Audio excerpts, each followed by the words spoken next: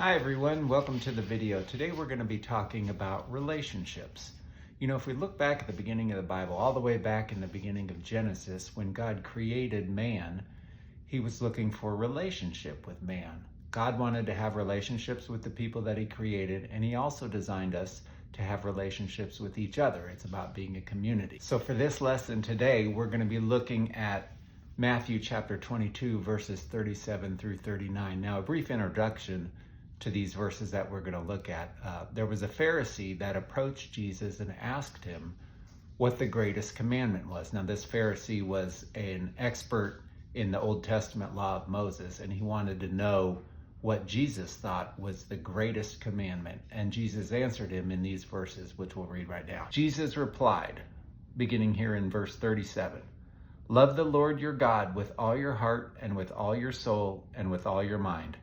This is the first and greatest commandment, and the second is like it. Love your neighbor as yourself." What Jesus is saying here is that the most important relationship that you can have is your relationship with God. It is more important than any relationship you'll have with anything or anyone else. But what exactly does it mean to love God with all your heart and with all your soul and with all your mind? Well, let's take a look at those three things. First of all, let's look at the heart. This is the innermost part of a person. It's the source of our desires and our control. It tells us who to trust. It determines our attitude and our actions. You can think of a heart as your passion. What are you passionate about? We need to have a passion for God and seeking after him. Secondly, we need to love God with all of our soul. Our soul is our true identity or our true life. It's our character. We need to accept the person that God made us to be. Now, our souls are eternal. They will last long past the time when our earthly bodies pass away. So we need to love God with an eternal focus, knowing that one day our souls will be with him. And finally, we need to love God with all of our mind. This is our perception of reality. This is where we set our priorities. And we need to choose knowledge, aligning our thoughts and our perspective for God. There's so much that we still don't understand about God, but loving God with our mind is about pursuing more knowledge of him and keeping him in our thoughts on a daily basis. Jesus answered the Pharisee and told him what the greatest commandment was, which was to love God. But he followed it up in verse 39 with the second greatest commandment, and that is to love your neighbor as yourself. If we want to understand who our neighbor is, we can look in the book of Luke, chapter 10, for the parable of the Good Samaritan. A man actually asked Jesus exactly, "Who is my neighbor?" And Jesus answered him with this parable. The parable of the Good Samaritan goes like this. There was a man who was walking on the road, and he was attacked and robbed. He was left for dead and laying on the side of the road. A priest walks by and didn't help the man. He walked on the other side of the road.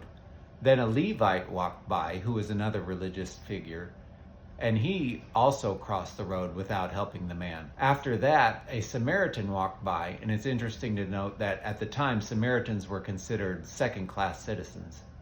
But the Samaritan actually helped the man. He bandaged his wounds and took him to a nearby inn, where he paid an innkeeper to continue to take care of him. Jesus then posed the question, which of these three men do you think was the neighbor? And the answer was obviously the man who had mercy on the injured person. Jesus is telling us that anyone in need is our neighbor, but he even takes it a step further. Jesus tells us to love our enemies as well. If we look at Matthew chapter 5, verses 44, and Luke chapter 6, verse 27, Jesus tells us that we need to love our enemies as well. So how do we love our neighbor as ourselves? Well, let's take a look at a couple verses. First of all, Matthew chapter 7, verse 12 says, "So in everything, do to others what you would have them do to you, for this sums up the law and the prophets." And also Luke chapter 6, verse 31 says, "Do to others as you would have them do to you." If we want to love our neighbor as we love ourselves, we need to treat people like we would want to be treated. Jesus told us what the greatest commandment was, and that was to have a relationship with him. And we do that by loving him with all of our heart, with all of our soul, and with all of our mind. He also told us what the second greatest commandment was, and that was to have a relationship with our neighbor and to love them like we love ourselves. Thank you everyone for watching. I hope you enjoyed the video.